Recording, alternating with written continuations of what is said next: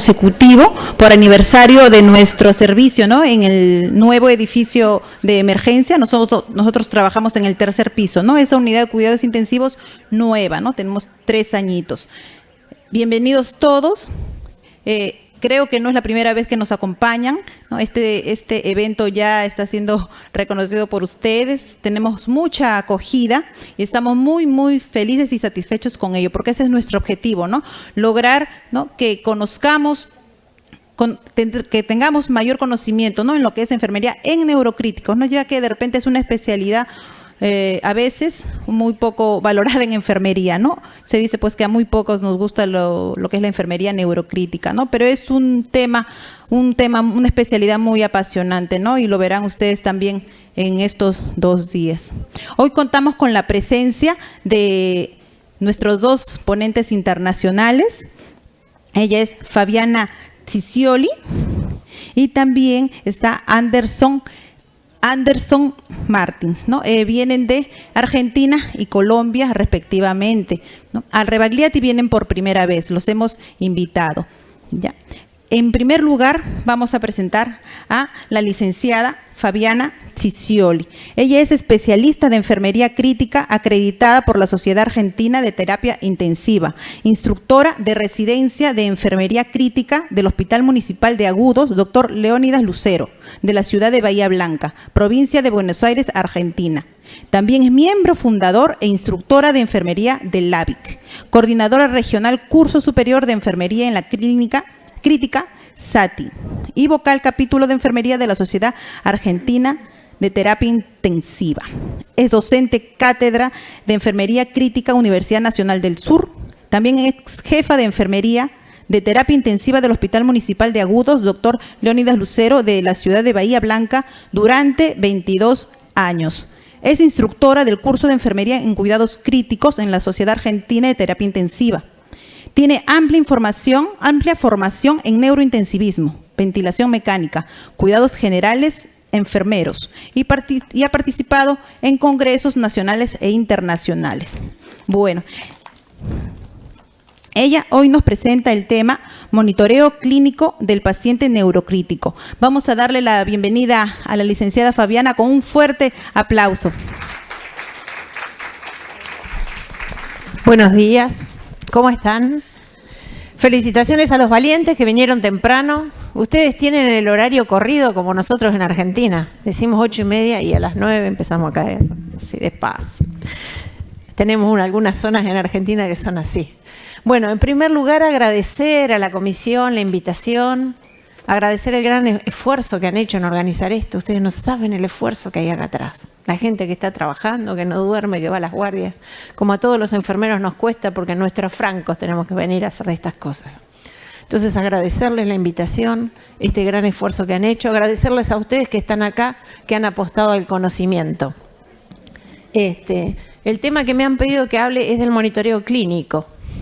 El monitoreo clínico es lo más básico, pero es lo que hacemos todos los días y a veces casi sin darnos cuenta, sin ponerle nombre, lo estamos evaluando. Antes de 1960, todo lo que se hacía con el paciente neurocrítico era clínico. La valoración del examen físico, signos vitales, saturación, no se hacía otra cosa. A partir del 80 empezó a medirse la presión endocraniana. A alguien se le ocurrió hacer un agujero y poner un catéter para medir la presión endocraniana. Y ahí empezamos a trabajar de otra forma. Ahí, cuando pudimos medir adentro la presión, empezamos a hacer medidas para bajarlo. Y fíjense lo que pasó. Después del 2000 empezaron a medirse otras cosas. La saturación de oxígeno cerebral, la temperatura cerebral. Apareció el concepto de PPC, que ustedes lo deben conocer, presión de perfusión cerebral. Ahora hasta en algunos lugares se hace microdiálisis cerebral. Un montón de cosas. Y todo eso junto se llama monitoreo multimodal. Pero el monitoreo clínico sigue siendo soberano. ¿Ustedes escucharon alguna vez la frase "la clínica es soberana"? Y es lo que nunca debemos dejar de hacer. Y nosotras como enfermeras tenemos múltiples opciones y oportunidades para hacerlo. ¿Cuándo? Cuando vamos a tomar los controles, cuando lo bañamos al paciente. ¿Cuántas veces descubrimos cosas que otros no descubren? ¿Qué vamos a ver en esta charla el día de hoy? ¿Cómo monitoreamos el nivel de conciencia? ¿Cómo monitoreamos las pupilas? Foco motor, sensibilidad, pares craneales, patrón respiratorio y signos de meningismo. Probablemente para ustedes esto sea muy sencillo, pero voy a repasar algunas cositas que me parece que son importantes para el diario vivir. En primer lugar, todas estas cosas que nosotros vamos a monitorear deben estar escritas en una planilla de monitoreo neurológico, donde aparezca el Glasgow, las pupilas, los signos vitales, si tiene signos de foco motor o sensibilidad. Si lo vamos a hacer, vamos a registrarlo, ¿verdad? Ustedes me pueden decir, pero yo tengo una enfermera cada 4 camas, es imposible hacer esto, y es verdad.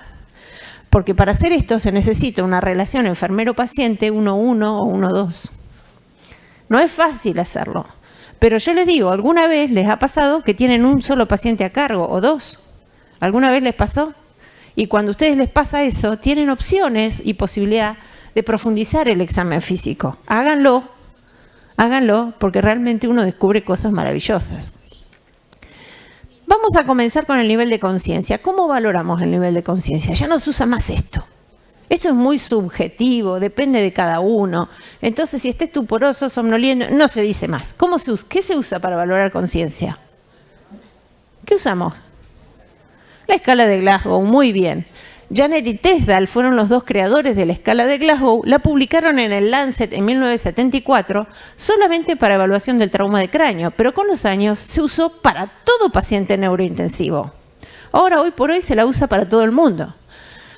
Pero ya Tesdal, viejito, en el 2014, todavía vive, Janet se murió, pero Tesdal dijo, tenemos que hacer una revisión, porque no se está usando bien la escala. Entonces yo les voy a contar la revisión que hizo Tesdal en 1914 y las cosas que cambió. Lo primero que dijo es que la escala de Glasgow está correlacionada con el pronóstico y es afectada por el momento de la valoración. Si bien es importante hacer un Glasgow cuando el paciente ingresa, si yo le hago un Glasgow a un paciente que esté hipotenso, hipóxico, no me va a dar buen resultado. Entonces es importante que yo haga el Glasgow después de la estabilización inicial. Cuando yo arreglé la ABC, la vía aérea, la ventilación y la circulación, cuando mi paciente está más o menos estable, tengo que hacerle el Glasgow. Y otra cosa que dijo, que esto ya lo sabíamos, es que el componente motor es el más importante de los 3 componentes. Ustedes saben que tiene un componente motor, ocular y verbal. Que el componente motor es el más importante porque es el que da pronóstico.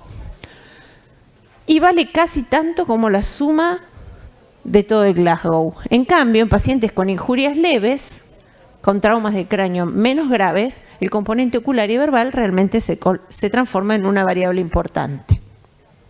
Ahora, ustedes saben que hay factores confundidores de la escala de Glasgow. Si ustedes les ingresa un paciente en una ambulancia y en la ambulancia el paciente venía excitado y le hacen un diazepam, cuando ustedes lo reciben en la guardia, ¿qué van a ver? Paciente dormido, con un Glasgow alterado por la droga. Entonces hay drogas que me alteran el Glasgow. El paciente que ingresa intoxicado o con drogas, que nosotros en Argentina vemos cada vez más. El paciente que es sordo, ciego o tiene algún trastorno psiquiátrico, a veces es difícil hacer el Glasgow. O el que no puede expresarse por alguna fascia. Si no se puede mover porque tiene férulas, todo eso también imposibilita. Y bueno, algunas otras cosas. La intubación endotraqueal. ¿Cómo hacemos el Glasgow con la intubación endotraqueal? Todas esas son limitantes. Pero lo que dijo Tesdal es que hay que dejar de hablar de Glasgow 8 en 15, 7 en 15, 14 en 15. ¿Cómo tenemos que decir? 5 de motor, 3 de ocular, 4 verbal. Hay que expresarlos por separado. Dejar de expresarlo en forma unida. Porque fíjense, si un paciente ingresa con 12 de Glasgow, no es lo mismo este Glasgow que este. Ocular 2, verbal 4, motor 6, ocular 4, verbal 4, motor 4. ¿Cuál les parece a ustedes que les va a ir mejor? Les va a ir mejor al que tenga el mejor motor, muy bien. Le va a ir mejor a este, que que tiene un motor de 6. En cambio, este que tiene un motor de 4 no le va a ir tan bien. Entonces, no es lo mismo 12 de Glasgow a este paciente que a este paciente. Por lo tanto, siempre hay que reportarlos por separado. No hay que asignarle un 1 al tubo endotraqueal. ¿Vieron que antes decíamos, si tiene un tubo endotraqueal le ponemos 1? No, no hay que hacerlo más. ¿Y si tiene edema palpebral y no puede abrir el ojo, le poníamos 1? No, no se debe hacer más. Lo que hay que poner es lo que ustedes quieran, que ustedes consensúen en su servicio, pero nosotros ponemos TT, tubo traqueal. O TT, traqueotomía también puede ser. Y los ojos, si no los puede abrir porque tiene todo edema, le ponemos NB, no valorable. Pero cada uno lo pone como quiere, pero hay que poner lo que realmente tiene, no ponerle un número. Ahora, pero a nosotros los enfermeros no nos pasa tanto, pero los médicos a veces tienen que hacer una escala que se llama Apache, que es una escala de gravedad, y el Apache te pide el Glasgow. Entonces, para hacer el Glasgow de los pacientes intubados para el Apache, hay una fórmula que me sirve a mí para saber cuál sería el valor predictivo verbal de ese paciente si no tuviera el tubo. Porque ustedes saben que hay pacientes con tubo endotraqueal que si vos le decís cómo está, te hacen así. ¿Se siente mejor? Sí, no. O sea, están lúcidos, pero tienen el tubo. ¿Cómo puedo sacar el Glasgow mejor? Bueno, hay una formulita, APA, acá está. Es una fórmula que se usa en Estados Unidos hace muchos años. Acá en Argentina prácticamente no se usa, pero TESDAL recomienda hacerla para los pacientes intubados cuando hay que usar la escala para fines estadísticos, para trabajos de investigación o para ponerla en otros scores. Nosotros enfermeros, salvo que hagamos trabajo de investigación, en nuestras historias y en nuestros reportes tenemos que reportar cada uno de los componentes por separado. Entonces, hacemos un pequeño resumen, describir la respuesta de cada componente, no asignar un punto, graficarlo y registrar los cambios en el tiempo, no usar el número total y aplicar estímulos estandarizados. Ahora lo vamos a ver. Es recomendable entrenarse en hacer el Glasgow. Estas son fotos del mes pasado de nuestro servicio, donde con la residencia de enfermería crítica y los enfermeros del hospital dijimos, vamos a hacer un taller de Glasgow. Y algunos dijeron, es una pavada. Entonces contratamos 2 actores, 2 actrices, y les dijimos, mirá, tenés que hacer esto, hacer esto, hacer esto. Les escribimos un libreto para cada situación y los enfermeros tenían que ir pasando y clasificar el Glasgow. Les puedo asegurar que nos sorprendimos de la variabilidad que había, porque no lo hacemos bien. ¿Qué estímulos debemos usar? El estímulo periférico es el que siempre usamos, la presión, que ahora no se hace más en el lecho ungueal, ahora se hace en la punta del dedo o en los costados del dedo, porque se vio que la presión en el lecho ungueal producía dolor y producía lesión. Entonces ahora hay que apretar la punta o los costados durante 10 segundos y en forma incremental, o sea, empiezo a apretar cada vez más fuerte si no me contesta, 10 segundos. Ese es un estímulo periférico. Si no, la presión en el trapecio. Yo los invito a que se busquen el músculo trapecio, que es este que está acá, y se lo aprieten con fuerza. Van a ver lo que duele. Duele muchísimo. Durante 10 segundos en forma incremental. Si no, también pueden buscar un huequito que hay acá, en el arco supraorbital, un huequito que es por donde pasan los nervios. Ahí, la presión ahí también duele un montón. Estos son los 3 estímulos que se recomiendan. Hay otros estímulos, por ejemplo, la presión retromandibular, que no se recomienda hacerla de rutina, se la puede hacer si no tengo respuesta con los otros estímulos, que a mí me gusta mucho porque particularmente con esta, a veces pacientes que no se mueven, les aprieto acá y se empiezan a mover. A veces cuando aspiramos los pacientes nos llevan la mano al tubo y ahí ya estamos viendo que localiza. Entonces, en nuestro trabajo diario podemos ver estas respuestas. Y no pellizcar, no frotar, no hacer, fíjense, en esto es resultado del frotamiento en el esternón, no pellizcar las mamas. Esas son mañas o costumbres malas que tienen algunos neurocirujanos y algunos enfermeros. Y dice TESDAL, háganla así la escala. Primero comprobar. ¿Qué comprobar? Factores que interfieren en la comunicación, la capacidad de respuesta, problemas metabólicos. Por ejemplo, si el paciente tiene una hipoglucemia, ¿cuántas veces una hipoglucemia nos simula una caída de la conciencia? Porque el paciente que está hipoglucémico va a estar caído. Sin embargo, yo le pongo 2-glucosado hipertónico y listo, resucitó. Después que compruebo que no hay factores que me alteran la escala, lo observo. Después recién le hablo, lo estimulo en forma verbal, después lo estimulo con estímulos físicos y después valoro y chequeo. Y fíjense que cambiaron algunas cosas. Ya no dice al dolor, sino dice a la presión, porque dicen que al dolor no es ético producirle dolor a los pacientes, entonces hay que poner a la presión. Me parece una cuestión semántica. Y agregan esto, que es no valorable, que lo agregan, el no valorable, fíjense, lo agregan en los 3, porque puede ser que el motor tampoco pueda porque está, no sé, por ejemplo, tiene férulas, no puede mover sus piernas, o tengo una lesión cervical que no puede moverse, entonces no se puede valorar. Y otra cosa que cambian en la respuesta motora, acá, obedece comando, sigue igual, localiza, sigue igual, pero después acá teníamos retira. En 4 teníamos retira, ya no se usa más retira, ahora es flexión normal. Después el famoso decortica y descerebra, ¿se acuerdan de eso? El decortica se llama flexión anormal, el descerebra se llama extensión y ninguno es 1.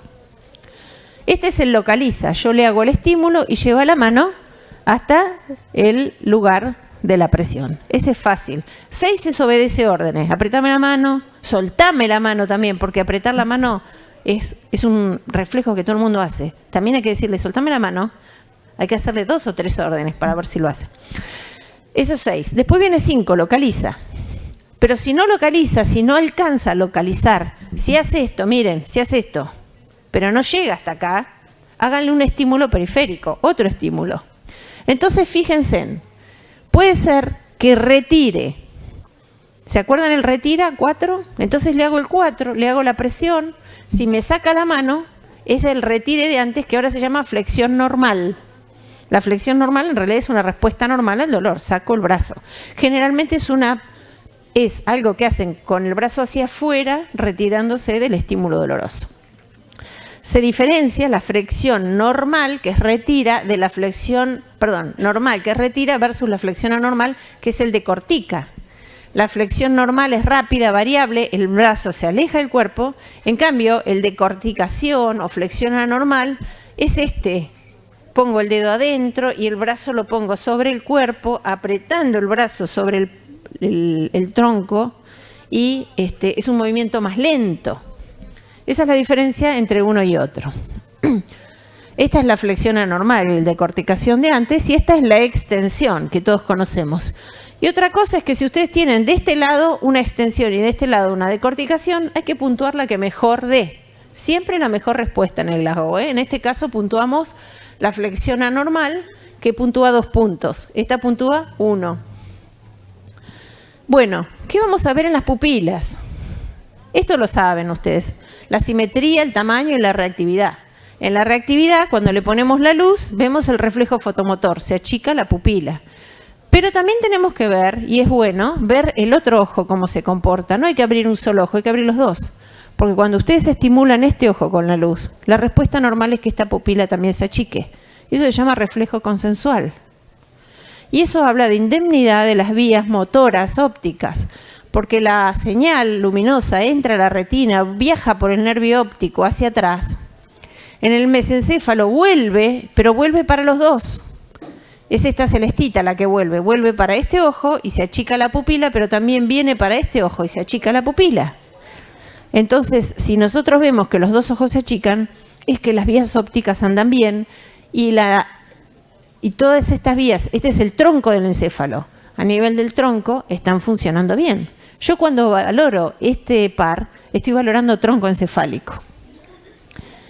Si ustedes tienen trauma ocular, se puede alterar esto. Por ejemplo, a veces cuando se rompe la órbita, se puede romper el nervio periférico, el tercer par a nivel periférico, y eso no quiere decir que haya lesión adentro.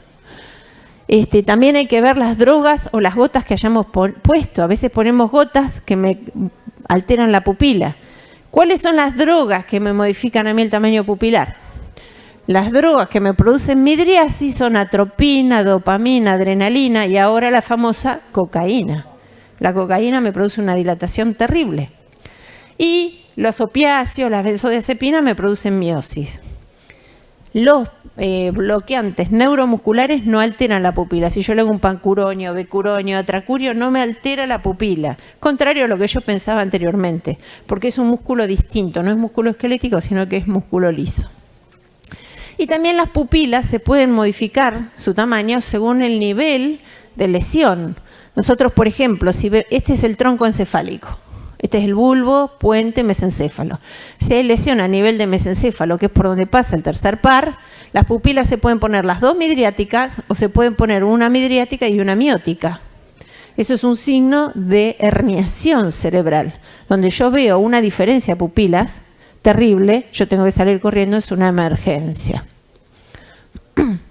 Vamos a hablar un poquito de la evaluación motora. Cuando uno habla de examen motor, tiene que hablar y conocer un poco que en el sistema nervioso nuestro tenemos dos motoneuronas. La primaria, que está en el cerebro, y la secundaria, que está en la médula. La primaria le da la orden a la médula y yo muevo la pata. Pero la señal nace de acá, de la primera motoneurona. Después viene acá y muevo mi pierna.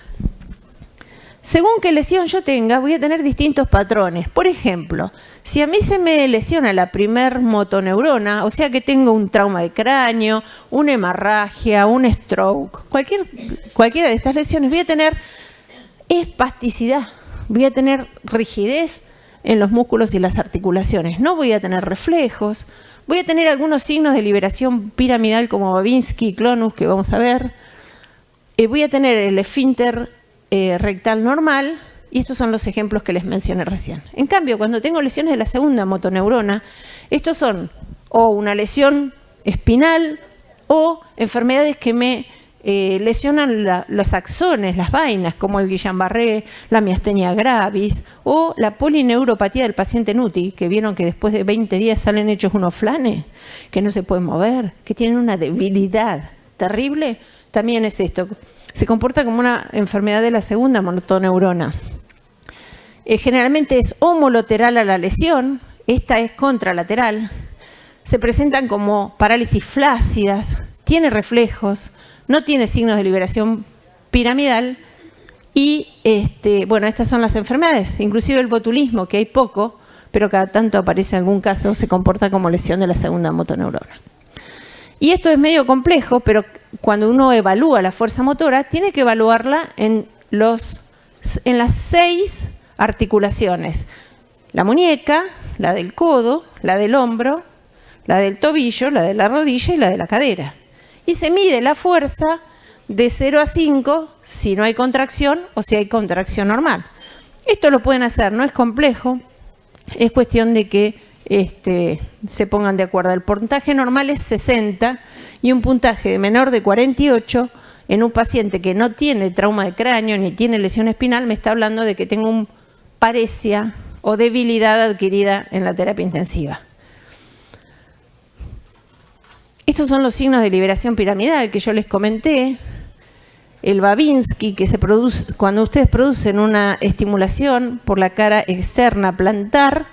La respuesta normal es flexión de los dedos y la respuesta anormal es la extensión con el dedo gordo hacia adelante. Esto me está hablando de una lesión de la primera motoneurona. Sin embargo, a veces los pacientes que salen del coma también lo presentan, los pacientes que salen de la pseudoanalgesia o de las cirugías también puede aparecer, así que es un signo que hay que hacerlo, practicarlo, pero no debe ser tomado en cuenta a rajatabla. La sensibilidad, bueno, la sensibilidad me va a decir, a ver si tengo sensibilidad de un lado y del otro, le tengo que tocar la cara con un alfiler que no sea traumático, le toco acá, a ver si siente, y la sensibilidad la voy en los brazos, en las piernas, y las voy valorando hacia abajo, hasta ver hasta dónde siente mi paciente. Y acá les tengo que hablar de los famosos dermatomas. Los dermatomas es las regiones que corresponden a las distintas áreas de lesión de la columna. Si, por ejemplo, mi paciente con trauma viene y solamente siente la parte violeta, que vemos acá, la parte púrpura, tengo una lesión en C4. Sin embargo, si siente hasta las tetillas, tengo una lesión en la torácica 4. y así hacia abajo, esto se llama dermatoma, ustedes ponen dermatoma en internet y le largan mejores fotos que esta, pueden ustedes valorar la sensibilidad y decir a dónde está la lesión. Y los pares craneales, lo básico, ustedes sin querer van a ver que ustedes valoran pares craneales. El reflejo fotomotor valora el segundo y el tercer par craneal. Aunque les parezca increíble, ustedes lo están valorando. Si ustedes ven anisocoria, tienen una lesión del tercer par craneal.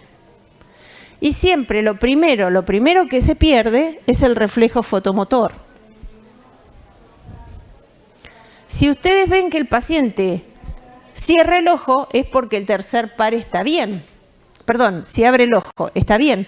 Y si cierra el ojo, el cierre del párpado se hace con el séptimo par o par facial.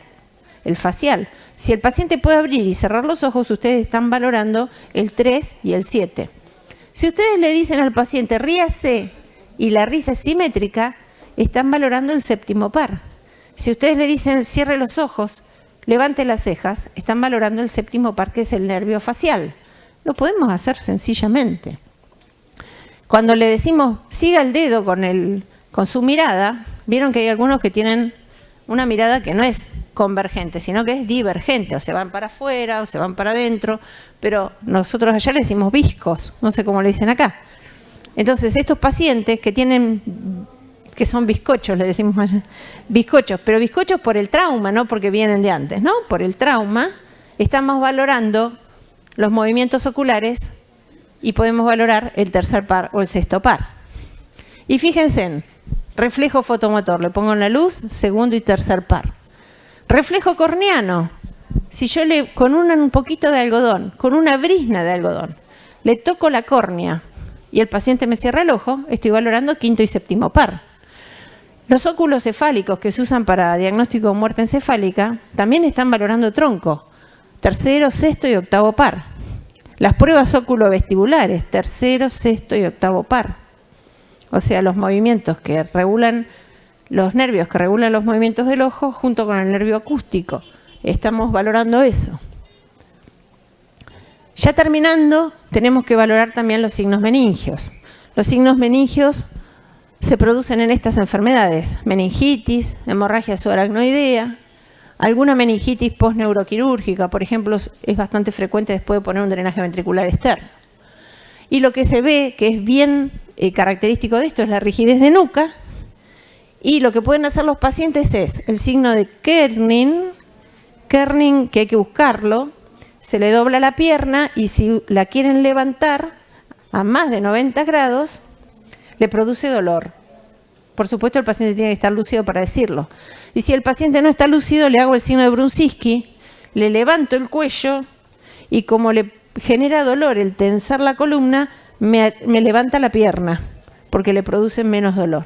Estos son signos clínicos que también podemos buscar, que son signos de meningismo. Ya terminando, entonces, después de hacer todo este repaso por el examen clínico, que yo sé que ustedes por ahí me pueden decir, no, esto es mucho para nosotros, para enfermería es demasiado, tendremos que hacer Glasgow y pupilas y ya está. Es verdad, con eso capaz que alcance, pero si ustedes pueden ver más allá y pueden descubrir otras cosas, seguramente el paciente va a estar agradecido. Si ustedes pueden descubrir que las pupilas no son iguales, o que no sigue el movimiento del ojo, o que no deglute, o que no tose. También están valorando pares craneales ahí. El tos y deglución dependen de los pares craneales. O que no mueve los miembros en forma simétrica, o que no tiene sensibilidad. Son pavadas, pero son cosas que hacen al diagnóstico y tratamiento. Por lo tanto, debemos hacer un examen neurológico lo más completo posible y entrenarse en esto, sobre todo en el Glasgow, que parece fácil, pero no lo es. Y un mensaje que les quiero dar es que no hay techo para el desarrollo de una profesión. No hay techo para lo que tenemos que hacer las enfermeras. Si ustedes dicen, nosotros hacemos nada más que Glasgow, está bien. Pero ¿por qué no pueden crecer? ¿Por qué no pueden hacer más? Si no hay nadie que nos impida. Nosotros podemos hacer Glasgow, pupilas y valoración motora, por ejemplo. Pero no sabemos, entrenémonos.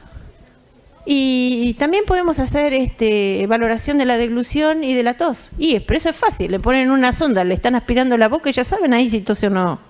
Pero lo vemos todos los días. Pero no le prestamos atención, ¿vieron? No le prestamos atención. Entonces, no hay techo para el desarrollo de una profesión. Cuanto más hagamos, más poderosos vamos a ser y más empoderados vamos a estar dentro de un servicio de cuidados intensivos. Yo los invito, queridos colegas, a que ustedes hagan cada vez más y mejor las cosas, que cada vez intenten mejorar su examen físico, cada vez intenten mejorar los monitoreos y que cuanto más hagamos, mejor nos vamos a sentir como profesionales porque vamos a descubrir cosas nuevas. Cuando uno tiene otra mirada, revisa al paciente y cuando descubre cosas se siente bien, se siente realizado. Y cuando va al médico y dice, mirá, tiene esto, esto y esto, y el médico te mira con admiración, vos te sentís bien por el trabajo bien hecho. Entonces yo los invito a que hagan esto y que no se pongan un techo ustedes, que se lo pongan otros. Igual sigan peleando, porque a veces esos techos se van corriendo con el tiempo. Nada más, muchas gracias.